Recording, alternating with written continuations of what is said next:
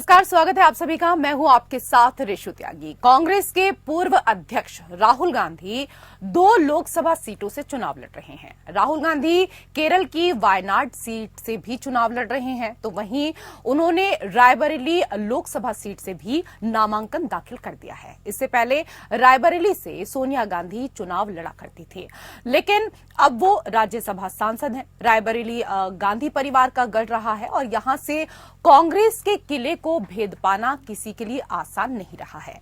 1999 के लोकसभा चुनाव से ही यहां पर कांग्रेस लगातार जीत रही है। सोनिया गांधी खुद पिछले 5 लोकसभा चुनाव यहां से जीत चुकी हैं। 2019 के लोकसभा चुनाव में अमेठी से राहुल गांधी को हार का सामना करना पड़ा था और इसके बाद वो अब रायबरेली से चुनाव लड़ने जा रहे हैं। पहले ये रिपोर्ट देखिए, फिर इस पर चर्चा करेंगे।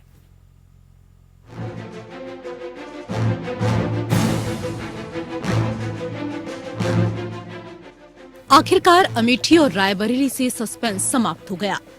कांग्रेस ने अपने उम्मीदवार के नाम से पर्दा उठाया तो सियासी पंडितों की गणना भी फेल हो गई। बात राहुल की अमेठी से और प्रियंका की रायबरेली से चुनाव लड़ने की हो रही थी, लेकिन ना राहुल अमेठी से चुनावी मैदान में उतरे और ना ही प्रियंका ने चुनावी राजनीति में कदम रखा। पिछली बार अमेठी से चुनाव हारने के बाद राहुल ने अमेठी से दोबारा चुनाव लड़ने से इनकार कर दिया। राहुल ने दिल की अनसुनी कर दिमाग की सुनी और अपनी मां सोनिया गांधी की सीट रायबरेली से किस्मत आजमाने का फैसला किया। राहुल रायबरेली से लोकसभा चुनाव लड़ेंगे और कांग्रेस ने किशोरी लाल शर्मा को अमेठी से चुनावी मैदान में उतारा है। शुक्रवार को रायबरेली में नामांकन के आखिरी दिन राहुल गांधी ने नामांकन दाखिल कर दिया। नामांकन में सोनिया गांधी, प्रियंका गांधी और कांग्रेस अध्यक्ष मल्लिकार्जुन खड़गे भी मौजूद रहे। राहुल गांधी के रायबरेली से चुनाव लड़ने के फैसले पर बीजेपी राहुल पर हमलावर है। प्रधानमंत्री नरेंद्र मोदी शुक्रवार को पश्चिम बंगाल के बर्धमान से कांग्रेस और राहुल गांधी पर तंज कसते हुए नजर आए। मैंने पहले ही बता दिया था कि शाहजादे वायनाड में हारने वाले हैं और हार के डर से जैसे ही वायनाड में मतदान समाप्त होगा वो दूसरी सीट खोजने लग जाएंगे और अब दूसरी सीट पर भी उनके सारे चेले चपाटे कह रहे थे अमेठी आएंगे, अमेठी आएंगे, लेकिन अमेठी से भी इतना डर गए, इतने डर गए, वहां से भागकर अब रायबरेली में खोज रहे हैं रास्ता। ये लोग घूम घूम कर सबको कहते हैं डरो मत। मैं भी आज उन्हें कहता हूं और बड़े जी भर के कहता हूं, अरे डरो मत, भागो मत। पहले ही कहा था कि इनकी बड़ी ने मैंने पार्लियामेंट में कहा था, तब तो चुनाव को 2 महीने की 3 महीने की देर थी। मैंने कहा था इनकी सबसे बड़ी नेता चुनाव लड़ने की हिम्मत नहीं करेगी, वो डर के मारे भाग जाएगी और वो भाग करके राजस्थान गई और राजस्थान से राज्यसभा में आई और हुआ भी यही। अब बीजेपी कह रही है कि राहुल गांधी ने स्मृति ईरानी के सामने सरेंडर कर दिया है। अमेठी से नहीं लड़ने पर बीजेपी राहुल पर तंज कस रही है, तो वहीं पिछले चुनाव में राहुल को अमेठी में शिकस्त देने वाली स्मृति ने भी राहुल पर चुनौती से भागने का आरोप लगाया है। हालांकि कांग्रेस इसे राहुल की बड़ी रणनीति का हिस्सा बता रही है। कांग्रेस नेता जयराम रमेश ने कहा कि राहुल राजनीति और शतरंज के मंजे हुए खिलाड़ी हैं और सोच समझकर दांव चलते हैं। इस निर्णय से बीजेपी, उनके समर्थक और चापलूस धराशायी हो गए हैं। साथ ही कहा कि रायबरेली विरासत नहीं, जिम्मेदारी है, कर्तव्य है। Bureau report, APN।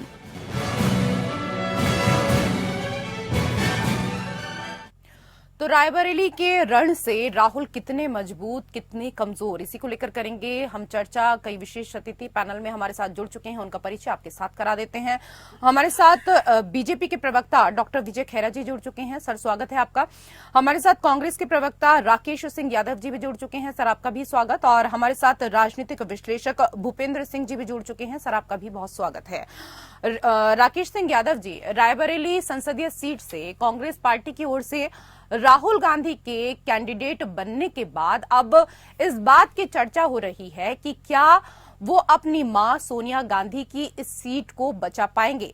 बीजेपी के तमाम दिग्गज, तमाम नेता मंचों से अब ये कह रहे हैं कि पहले अमेठी हारे थे, अब रायबरेली की बारी है। आपकी प्रतिक्रिया?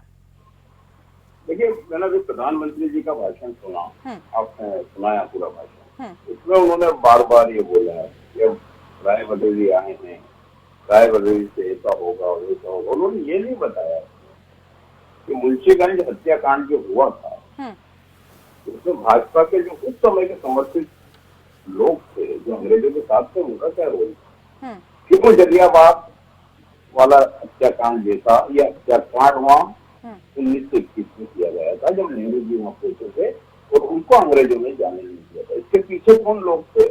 अगर ये आप देखेंगे तो पता चलेगा कि रायबरेली का नाता कांग्रेस से और गांधी परिवार से 103 साल पुराना है।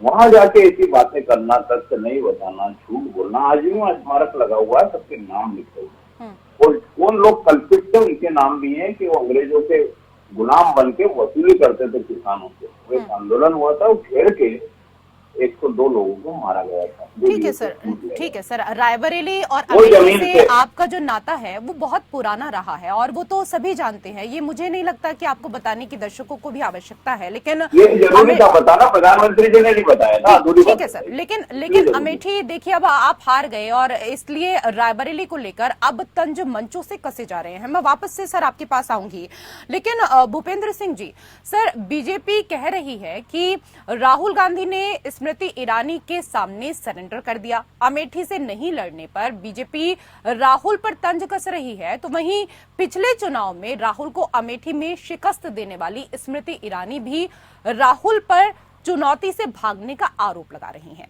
लेकिन राहुल को लेकर पार्टी ने जिस तरीके से फैसला लिया है उसे आप किस तरीके से देखते हैं? देखिए, दिल्ली का रास्ता उत्तर प्रदेश से जाता है। उत्तर प्रदेश में 80 लोकसभा सीटें हैं और कहीं आज अगर प्रधानमंत्री की रेस में देखें तो 99% प्रधानमंत्री उत्तर प्रदेश से बने हैं, 2 अगर साउथ के और एक पंजाब से, गुजरात जी को छोड़ के। और उनकी अगर वो कहीं अदर स्टेट के भी रहे हैं तो वो उन्होंने उत्तर प्रदेश में, चाहे अटल बिहारी हो चाहे मोदी जी हो, उन्होंने यहाँ की लोकसभा सीट का चयन किया है। तो ये निश्चित रूप से है कि कांग्रेस में इस बार गठबंधन से और 225 सीटों पर लड़ रही है और गठबंधन के साथ लड़ रही है। और वहां पे जो उनकी लीडिंग पार्टी है वो है समाजवादी पार्टी। समाजवादी पार्टी ये नहीं चाहती कि ये मैसेज जाए जनता के बीच में कि कांग्रेस भाग गई है यहाँ से पूरी तरह से।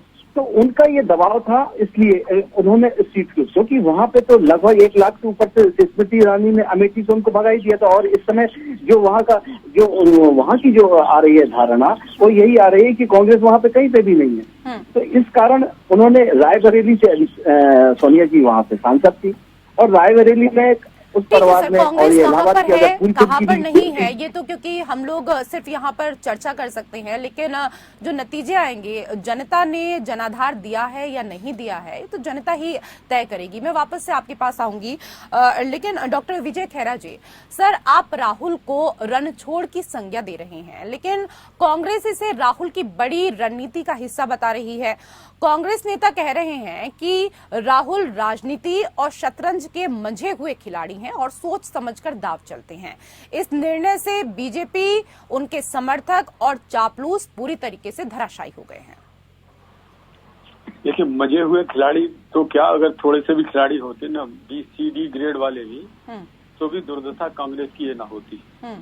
बच्चा कोई भी कहता है जो राजनीति में थोड़ा सा भी जानकार है कि राहुल गांधी की वजह से कांग्रेस पार्टी का सत्यानाश हो गया। इस महान पार्टी का ये अंत राहुल गांधी जी निपटाने में लग गए हैं। हर जगह हार। मैं तो सीधी बात करता हूँ कि जब इनकी माँ अध्यक्ष थी राष्ट्रीय और ये खुद राष्ट्रीय उपाध्यक्ष थे, दोनों के हाथ में पार्टी थी, माँ बेटे के हाथ में, तो पहली बार कांग्रेस के इतिहास में 44 सीटें आई थी। यानी कि 10% सीटें नहीं पा पाएंगे, तो अपने आप में कह रहा है कहानी। दूसरी बात, बार ये कहते हैं विरासत की सीट। विरासत में आपको संपत्ति मिलती है, रियासत मिल सकती है, विरासत में बुद्धि नहीं मिलती। राजनीति सीखने में समय लगता है, वो समय इन्होंने पूरा गुजार लिया है, इसके बाद भी नहीं सीख रहे। विरासत में आपको सीट भी मिल सकती है, एक बार मिल सकती है कि जब आपको एक आध बार मिल गई, लेकिन फिर तो आपका काम बोलेगा ना, फिर जनता को तो काम चाहिए। विरासत में आपको एक बार जिता दिया, 2 बार जिता दिया, उसके बाद फिर आपका काम नहीं था, आपने नेतृत्व की क्षमता दिखाई नहीं दी लोगों को, आपने वहाँ के लोगों के दुख दर्द को बांटा नहीं या समझा नहीं या उनकी परवाह नहीं की, तो इसीलिए आप वहाँ से हार गए। अब तीसरी बात, अगर आज की गणित करें तो इनका हारना लगभग निश्चित दिखाई इसलिए दे रहा है क्योंकि अगर आप पिछले जरा सी भी नजर डालेंगे तो सोनिया गांधी 2009 में 73% से अधिक वोट पाके जीती थी, लेकिन 2014 में यही वोट उनके 12% घट के 64% पर आ गए थे। और उसके बाद जब दिनेश सिंह भाजपा से अभी पिछली बार लड़े थे तो उनके वोट घट के फिर 53-54% के ऊपर आ गए। यानी हालत ये है, वो भी जब बसपा ने अपना कैंडिडेट नहीं लड़ाया, जब सपा ने अपना प्रत्याशी नहीं लड़ाया, उसके बावजूद भी सोनिया जी के वोट घटते चले गए और बुरी तरह घटे, जबकि बीजेपी के दिनेश सिंह के वोट डबल हो गए, एकदम 39% पे पहुंच गए 18-19 से। तो आप समझ लीजिए, इस समय तो भाजपा ने कैंडिडेट भी खड़ा किया है और थोड़ी बहुत, अक्सर राजनीति में लोग जाति गणित की बात करते हैं, तो यही आप देख लीजिए, एक तो भाजपा ने यादव खड़ा किया, थोड़े बहुत यादव वोट भी मिले, मुस्लिम वोट उनको मिलते ही हैं, बटी जाते हैं, उनको भी मिलेंगे भाजपा को, और उनका दलित वोट मिलेगा। अगर कास्ट की बात करें जो जनरल चलती है ये बातें, इसलिए कर रहा हूँ मैं, तो भी उस स्थिति में भी ये हार रहे हैं, काम की स्थिति में हार रहे हैं। ग्राफ बराबर कांग्रेस से रायबरेली में गिरता चला जा रहा है। अब गिरने की स्थिति में ये है कि 40% वोट पा चुकी भाजपा के लिए, तो रास्ता बिल्कुल आसान है। दूसरा, राहुल गांधी का काम, अमेठी की हवा वहां भी गई रायबरेली में कि इन्होंने यहाँ काम नहीं किया इसलिए हार गई है, और इसीलिए उनसे हार रहे। वो 24 घंटे काम करती है, तो लोगों को अंदाजा हो गया है कि भारतीय जनता पार्टी के प्रत्याशी 24 घंटे काम करते हैं और प्रधानमंत्री के नेतृत्व में विकास के आयाम जुड़ जाते हैं हर जगह। ठीक है, मतलब कुल मिलाकर आपका कहना है कि अमेठी में तो राहुल हारे ही थे, रायबरेली में भी ग्राफ जो है वो घटता जा रहा है, और ऐसे में यहाँ पर भी बीजेपी का कमल खिले हैं और बीजेपी के शीर्ष नेता मंचों से इसी बात को दोहरा रहे हैं कि पहले अमेठी हारे और अब रायबरेली की बारी है।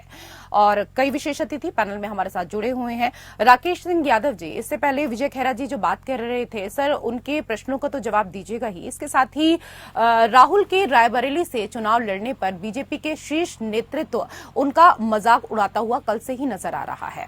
अमित शाह कह रहे थे कि मोदी जी ने कोशिश की और चंद्रयान लॉन्च हो गया। सोनिया गांधी ने राहुल गांधी नाम के यान को 20 बार लॉन्च किया, लेकिन इनकी लॉन्चिंग सफल नहीं हो रही है। 21वीं बार अमेठी से भागकर रायबरेली से नामांकन किया है। इस पर भी आपकी टिप्पणी। मुझे लगता है शायद अटल बिहारी वाजपेयी के बारे में भी मोदी जी ऐसा ही सोचते होंगे। जब वो माधवराव सिंधिया से ग्वालियर में चुनाव हारे थे तो उसके बाद वो रणछोड़दास हो गए थे मोदी जी की नजर, क्योंकि वहां दोबारा चुनाव लड़ने नहीं आए थे। वो लखनऊ से लड़े और प्रधानमंत्री बने और राजधर्म का पालन करना मोदी जी को सिखाया, जो कभी नहीं कर पाए।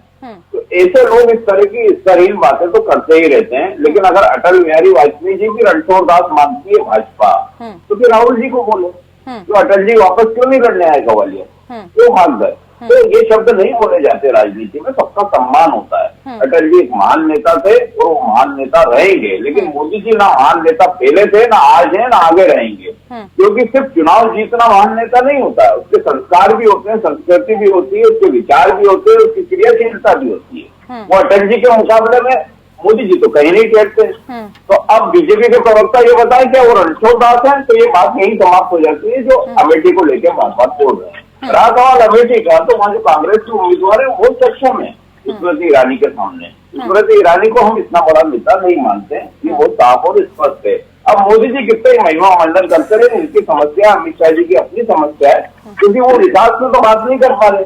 एजेंडे पे बात नहीं कर पा रहे। कभी चुटकुले सुनाते हैं, कभी कहानी सुनाते हैं, कभी वो शहनशाह बादशाह सब पे आ जाते हैं, लेकिन मुद्दे की बात नहीं करते हैं। तो इसलिए आप अमेठी के बाद रायबरेली या अन्य क्षेत्रों में जहाँ भी चुनाव होना है और बीजेपी करारी हार उनको तीसरे चौथे चरण में दिख रही है। अब एक ही टारगेट है कि राहुल गांधी जी के खिलाफ बोलते रहे, तो देश की जनता भी समझने लग गई है कि कौन क्या है, क्या कर रहा है और क्या बता रहा है और क्या हो रहा है। तो यह सब सामने आया, इसलिए मतदान का प्रतिशत इस स्थिति में पहुंचा है कि वो नतीजों में परिवर्तित होगा। तो आपको पता चलेगा कि हो सकता है 2004 जैसी स्थिति वापस निर्मित हो जाए जब इंडिया शाइनिंग होने वाला था और सूर्य अस्त हो गया। ठीक है विजय खेरा जी, राकेश सिंह यादव जी कह रहे हैं कि स्थिति हो सकता है कि फिर से 2004 वाली हो जाए, और इसके साथ ही उन्होंने एक बात और कही कि जो मंच से अमित शाह कल कह रहे थे कि सफल लॉन्चिंग नहीं हो पा रही है राहुल गांधी की, कह रहे हैं कि चुनाव जीतना कामयाबी नहीं है, बल्कि अगर आपके यहाँ कोई नेता चुनाव जीत भी जाता है तो उसके भीतर संस्कार होने चाहिए कि मंचों से किस तरह की भाषा का इस्तेमाल होना चाहिए। आपके यहाँ नेताओं को संस्कार ही नहीं है। ये संस्कार की बात कर रहे हैं, इनका नेता तो प्रधानमंत्री को चोर कहता है और हमारा प्रधानमंत्री इनको क्या कहता है, राजकुमार। कितना फर्क है भाषा में, संस्कार का यही तो फर्क है। आप चोर कहे तो एक चुने हुए प्रधानमंत्री को, जिसको 140 करोड़ चुन के भेज रहे हैं, और आप जहाँ पर आप 10% सीटें भी नहीं पा रहे हैं, आपका नेता उस प्रधानमंत्री को चोर कहता है। आपका नेता जाके संस्कार देखिए, अमेरिका में जाके भारत देश की बुराई करता है और वहाँ की सांसद महिला इनको इस बात के लिए झाड़ती है, इनको झाड़ देती है बुरी तरह से कि आप इस देश क्या अपने देश की बुराई कर रहे हैं। ये तो हुई संस्कार की बात। दूसरे अटल बिहारी वाजपेयी स्वतः जमीन से पैदा हुए, जमीन से जुड़े हुए नेता थे। ये नेता थोपे जा रहे हैं, थोपने में और नेता होने में बहुत फर्क है। हमेशा देखिए, आपको मैं बताऊं, राजीव गांधी भी बने और सफल भी रहे वो प्रधानमंत्री, कम सीटें आई ज्यादा आई अलग बात है, लेकिन रहे वो, क्योंकि जिस स्थिति में वो प्रधानमंत्री बने थे फिर उसको उन्होंने संभाला, उन्होंने राजनीति को समझा। भले वो राजनीति के दांव पे ज्यादा जाने कम जाने अलग बात है, कम सीटें आई अलग बात है, लेकिन वो उसमें कम से मतलब कुल मिलाकर आपको ये कहना है विजय खेरा जी कि नेता होने और थोपे जाने दोनों में अंतर है, और राजनीति राहुल गांधी के ऊपर जबरदस्ती थोपी जा रही है।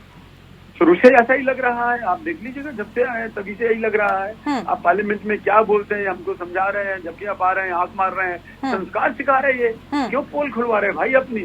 हम आपके नेता की बुराई नहीं करना चाहते, लेकिन पोल खुलना चालू करूंगा तो आंख मारने से शुरू हो जाएगी। सबने देखा है। चलिए मैं इस पर जरा भूपेंद्र सिंह जी से भी चर्चा कर लेती हूँ। भूपेंद्र सिंह जी, अभी आपने सुना डॉक्टर विजय खेरा इस बात को कह रहे हैं कि कुछ नेता ऐसे होते हैं जिनको राजनीति का क ख ग सिखाया जाए तो वो समझ जाते हैं, लेकिन राहुल गांधी के ऊपर जो नेता होने की जिम्मेदारी है वो दरअसल थोपी जा रही है। वो नेता है नहीं, और पिछले काफी समय से उनको नेता बनाया जा रहा है, लेकिन वो बनने के लिए तैयार नहीं है या उनके भीतर वो क्षमता नहीं है। सर, इसके साथ ही इस पर तो आप जवाब दीजिएगा ही, जो अभी यहाँ पर डॉक्टर विजय खेरा कह रहे थे। इसके साथ ही राहुल की अमेठी से और प्रियंका की रायबरेली से चुनाव लड़ने की जो उम्मीद की जा रही थी वो ऐसा देखने को मिला नहीं। राहुल अमेठी से चुनावी मैदान में उतरे नहीं, इसके साथ ही प्रियंका ने चुनावी राजनीति में कदम रखा नहीं। पर प्रियंका जिस तरह से चुनावों में मेहनत करती हैं, उसके बाद भी दोनों सीटों से उनको नहीं उतारना, इसको आप किस तरीके से देखते हैं? क्योंकि बीजेपी तो अब इस बात को भी मुद्दा बना रही है कि प्रियंका कहती थी लड़की हूं, लड़ सकती हूं, और ये नारा उन्होंने दिया, लेकिन उनकी मां सोनिया पुत्र मोह में अपनी बेटी को लड़ने का मौका ही नहीं दे रही हैं। देखिए, क्या है कि जो राहुल गांधी की जो लोगों की जो धारणा है, जो मतदाता की धारणा है, क्या है कि वो उस राजनीति के परिवेश में क्या होता है, सबसे राजनीति में एक का मर्म ये होता है कि उस जहाँ राजनीति कर रहे हैं उसकी भाषा, उसकी संस्कृति को जानना चाहिए, और उसका प्रेस्क्रिप्शन किस तरह से आप जनता के सामने रखते हैं वो महत्वपूर्ण होता है। राहुल गांधी का ड्रॉबैक यही है कि मेहनत तो करते हैं, लेकिन वो क्या करते हैं, उस संस्कृति, उस संवाद को उस भाषा के अनुरूप वहां पे डाइवर्ट नहीं कर पाते और ना ही जनता को जोड़ पाते। इसके कारण उनकी जो हर बार लॉन्चिंग होती है और वो लॉन्चिंग में विफल हो जाती है। दूसरी बात, बीजेपी एक संगठनात्मक दल है और संगठनात्मक के साथ साथ उनके साथ जो भाषा के कमांड है, जो संचार का जो उनका लेवल है, वो बहुत उच्च स्तर का है, संगठनात्मक रूप से किसी भी चीज में देखें आप, तो ये एक कारण है। दूसरी बात क्या है कि जो कांग्रेस का सबसे और उनका भी है, क्योंकि वो एक जनता के बीच कम जुड़े रहते हैं, लेकिन व्यक्तियों के साथ एक कॉर्पोरेट की तरह काम करते हैं। लेकिन आज की राजनीति, जो मोदी जी की राजनीति है, वो राजनीति परिवेश बिल्कुल बदल गया है। ठीक है, मैं एक सेकंड एक और चीज यहाँ समझना चाहूंगी भूपेंद्र सिंह जी आपसे। आपने अभी कहा कि राहुल गांधी कहना बहुत कुछ चाहते हैं लेकिन सही से अपनी बातों को कह नहीं पाते, यानी कि संवाद सही से वो नहीं कर पाते हैं। लेकिन अगर दूसरी तरफ देखें, क्योंकि अभी देखिए मंगलसूत्र का जो मामला है वो मंचों से किस तरीके से उठा था, प्रियंका गांधी ने मंचों से मंगलसूत्र के मुद्दे पर जिस तरीके से बात की, क्योंकि वो एक अच्छी वक्ता भी मानी जाती हैं, फिर क्या कारण है कि प्रियंका गांधी को चुनावी मैदान में नहीं लाया जा सकता है, जबकि राहुल गांधी से ज्यादा अच्छे तरीके से वो संवाद कर सकती हैं और करती भी हैं? बिल्कुल, ये बात बिल्कुल सही है कि उनका जो बॉडी लैंग्वेज है और उनका जो संचार करने का तरीका है, तो रूप से उनका ज्यादा महत्वपूर्ण है और वो उस तरीकों को ज्यादा अच्छी तरह से जनता के बीच में रख पाती हैं। लेकिन राजनीति में कब किसका लॉन्चिंग करना है, ये भी एक महत्वपूर्ण होता है। आज जो है मोदी और मोदी की गारंटी देश में चल रही है, ये सबसे महत्वपूर्ण है। तो इस समय उनका लॉन्चिंग, अगर लॉन्चिंग विफल हो गया तो रिस्क और फैक्टर ज्यादा है। तो इसके कारण उनको, अगर ये सन 90 के दशक में या 92-94 जब युवा थी वो, और जब उसको लॉन्च कर दिया जाता, जब तो वो सहजता आ जाती, क्योंकि कांग्रेस कार्यकर्ता, अब इस समय देखिए कि हर जगह कांग्रेस के दल में बिखरा हुआ रहा है। वहाँ के विधायक जा रहे हैं, वहाँ के जनपद पंचायत अध्यक्ष जा रहे हैं, सांसद जा रहे हैं, और जो संगठनात्मक लोग हैं वो बिल्कुल एक प्रकार से आप देखिए कि बीजेपी का कांग्रेसीकरण हो रहा है। तो इसके कारण कार्यकर्ता कम मिल रहे हैं, क्योंकि एक सत्ता एक लंबे समय तक अगर दूर रहती है तो उससे कार्यकर्ता अपेक्षित होता है, कार्यकर्ता के काम नहीं होते, तो वो अपनी राजनीति, अपने ध्येय, अपने स्टेटस को कायम करने के लिए वो विमुक्तिकरण होता है। और चुनाव के टाइम पे तो खास तौर से होता है कि वो एक दल के साथ दूसरे दल की ओर जाने लगता है। जी भूपेंद्र जी, समय का अभाव है, बहुत बहुत धन्यवाद आप सभी मेहमानों का हमारे साथ इस चर्चा में जुड़ने के लिए, और इसी के साथ इस विशेष पेशकश में मेरे साथ फिलहाल इतना ही। नमस्कार।